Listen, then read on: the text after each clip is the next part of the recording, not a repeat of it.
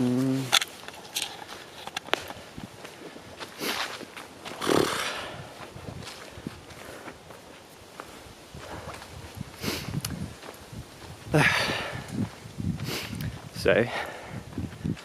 how are you all doing? Oh, that's good. So, I didn't film enough yesterday, which isn't to say that I didn't do anything yesterday, but I was just busy with it all and didn't really have time to film that much of it, so that's what happened. I tried to film in labs, but it was just like so awkward, like, I don't know, it was just going to be weird if I started filming with everyone there doing lab stuff and postgrads, because I don't want to have to like justify filming, and I also don't want to make people uncomfortable. That's the main challenge for me, or the reason that I find it kind of awkward to film, is like, it's almost like the camera is like a laser beam of awkwardness that you're just like lasering everyone with awkwardness beams. Does that make sense? No. I'm someone who is fairly easily made uncomfortable, so I especially don't want to make other people uncomfortable by, ooh, we're out of focus, by filming them. So yeah, I'm like acutely aware of that when I'm filming. Yeah, so what am I doing today? Not a whole lot. As you might be able to tell, I'm not in London. I'm at home, which is nice because I can spend a day without trains. A day free of trains entirely. Yeah, what am I doing today? Not a lot. I've got some data and stuff to analyze from my labs, which I'm finishing tomorrow. But other than that, I mean, I do have work to catch up on, but I'm not going to today. Because I've spent so... I feel like I haven't had a break from anything. So... wait, focus. Yeah, something I've realised already is that if I'm not going to film on trains, which I've kind of told myself I probably just shouldn't, because like there's only so much footage of trains and train journeys that people want to see, that I want to see, especially when I'm editing it. Like, then for every day that I go into uni, that's 3 hours gone, and then I'm in labs most of the day, so that's another like 5 hours maybe. No, not 5 hours, like either 3 or 4 hours. And so yeah, time is a limiting factor.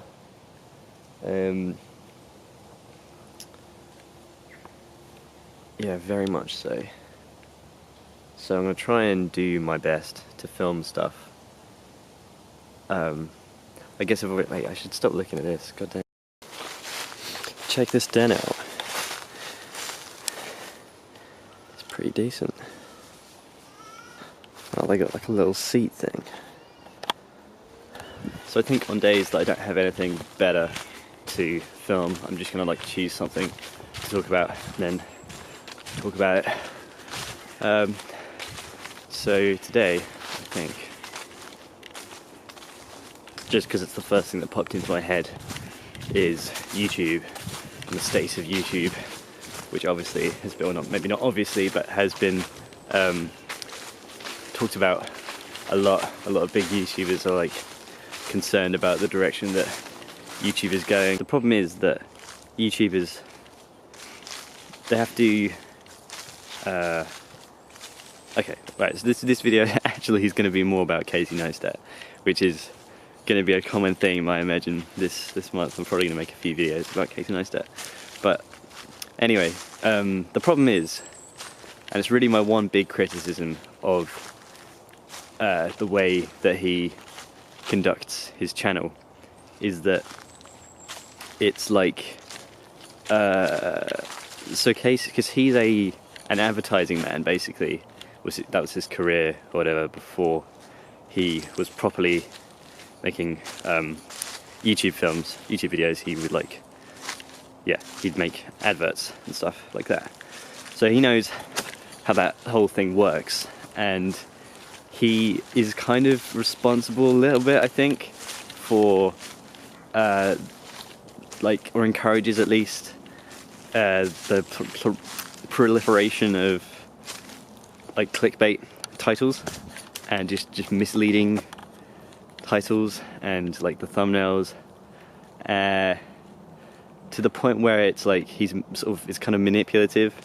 So he's had so one of his videos, I mean clickbait is inherently manipulative, but I mean he does it on a much higher level, which is like, so one of his videos he put in this whole thing like where his wife was like, or Candice, I should say. It's really weird to say in an English accent. Candice, they like, he mentioned like they went to like couples therapy or whatever, and he's like, oh, you know, I can't put that in the vlog, like in the vlog, and then he talks about it in the vlog, which is obviously classic Casey. But then a subsequent video, he put, the title of the video was "About Our Marriage ... which is just like, and it was just actually just a Q&A with his wife. It wasn't actually like saying, it implied that like he was having some kind of like problem with his marriage or something that he was gonna like put in his video. Like that's what the clickbait is like aiming at. But no, it was nothing of the sort. And it's just like, yeah, it's manipulative and it's deceptive, and I don't really like it. But the problem is with YouTube, sort of on a broader than any individual channel.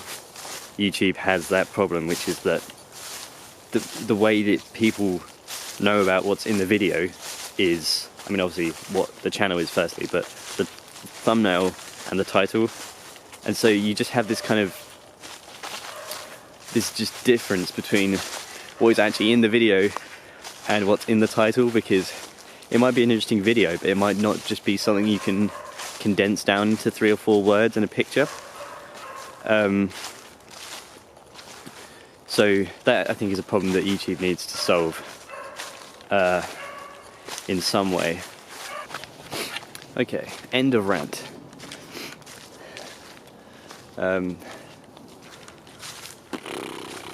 Right, well,